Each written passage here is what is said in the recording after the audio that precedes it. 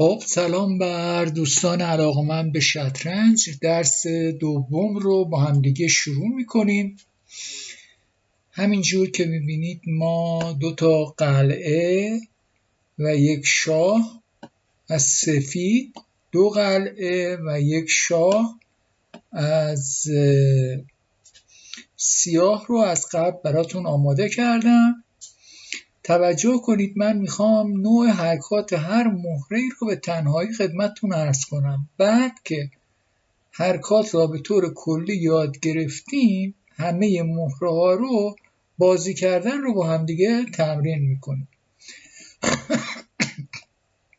توجه کنید، قلعه فقط راست میره، یعنی به صورت به علاوه، یعنی این میاد اینجا صاف، فقط صاف. نگاه کنید، این فقط صاف میاد اینجا، صاف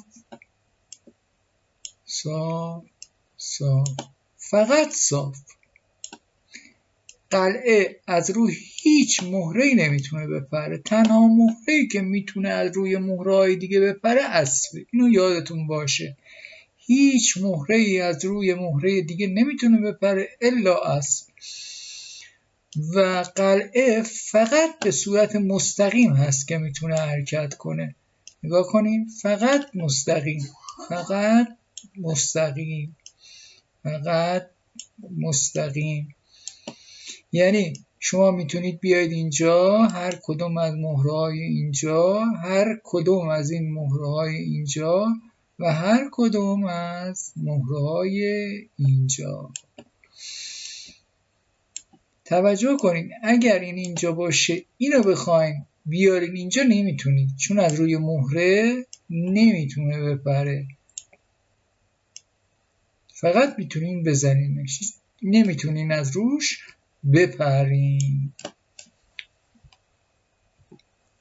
خب پس قلعه به صورت مستقیم حرکت میکنه، چه سمت چپ چه سمت راست، هیچ راه دیگه ای نداره، یعنی راه دیگه براش نذاشتن تو بازی. فرقی نمیکنه سفید و سیاه، هر کدوم به صورت چپ و راست حرکت میکنه، به این صورت و به این صورت. خب اگر بخواد مهره‌ای رو بزنه اینجوری میزنه، اگر بخواد مهره‌ای بزنه به این صورت میزنه.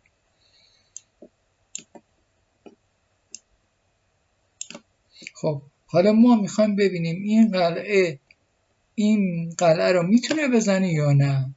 یعنی به صورت مورب نمیتونه هیچ کاری انجام بده مگر صاف باشه، یعنی به صورت خطی باشه، خط صاف، سپس بزنتش.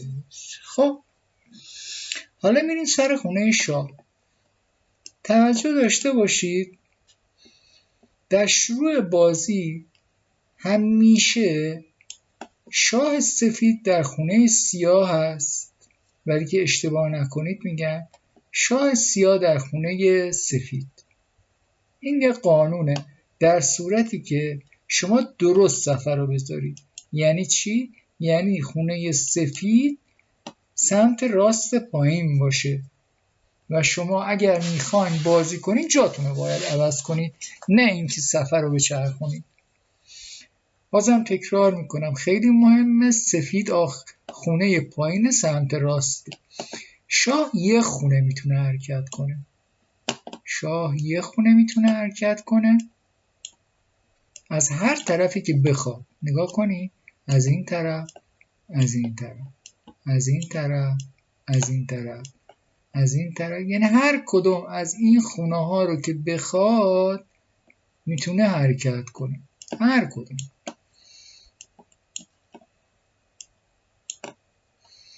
این شاه میتونه اینجا بیاد، اینجا بیاد، اینجا بیاد، اینجا بیاد، اینجا بیاد، اینجا بیاد، اینجا بیاد، اینجا بیاد، ولی دیگه دوتا نمیتونه.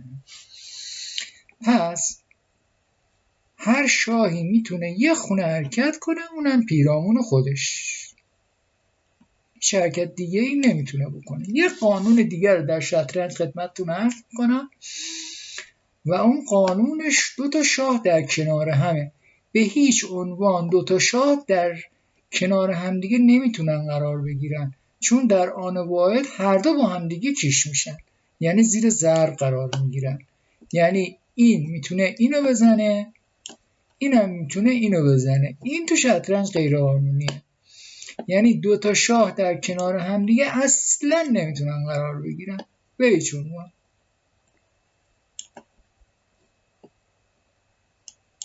خب یعنی این که میاد اینجا، این میاد اینجا، شاه تمام این خونه ها رو تحت تسلط داره، اما اینجا نمیتونه بیاد، یعنی در خونه بغل شاه قرار نمیگیره، اینم نمیتونه بگیره.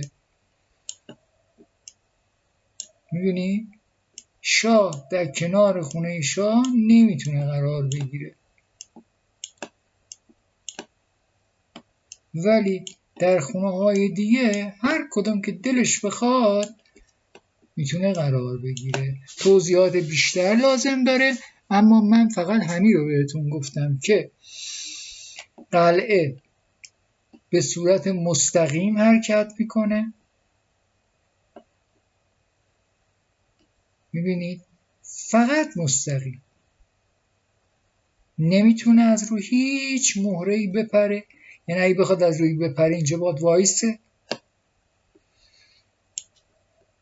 قلعه پس همیشه به صورت به علاوه هست، یعنی به علاوه یعنی به این شکل مهره ها رو میزنه. اگر مهره‌ای جلوش باشه نمیتونه از روش بپره. این از این. شاه هم همه خونه های دور و برش به فاصله یک خونه میتونه حرکت کنه، اما اینجا نمیتونه بیاد، یعنی در کنار یک شاه نمیتونه قرار بگیره. این قانون شطرنجه. 2 تا شاه در کنار همدیگه نمیتونن قرار بگیرن.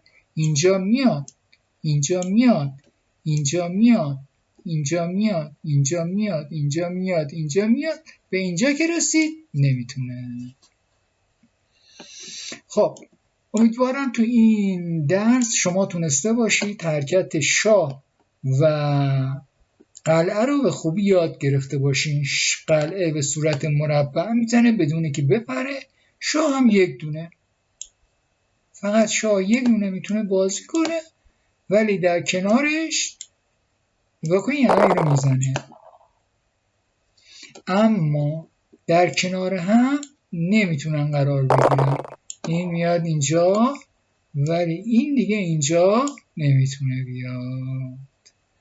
هیچ شاهی در کنار شاه دیگه نمیتونه قرار بگیره.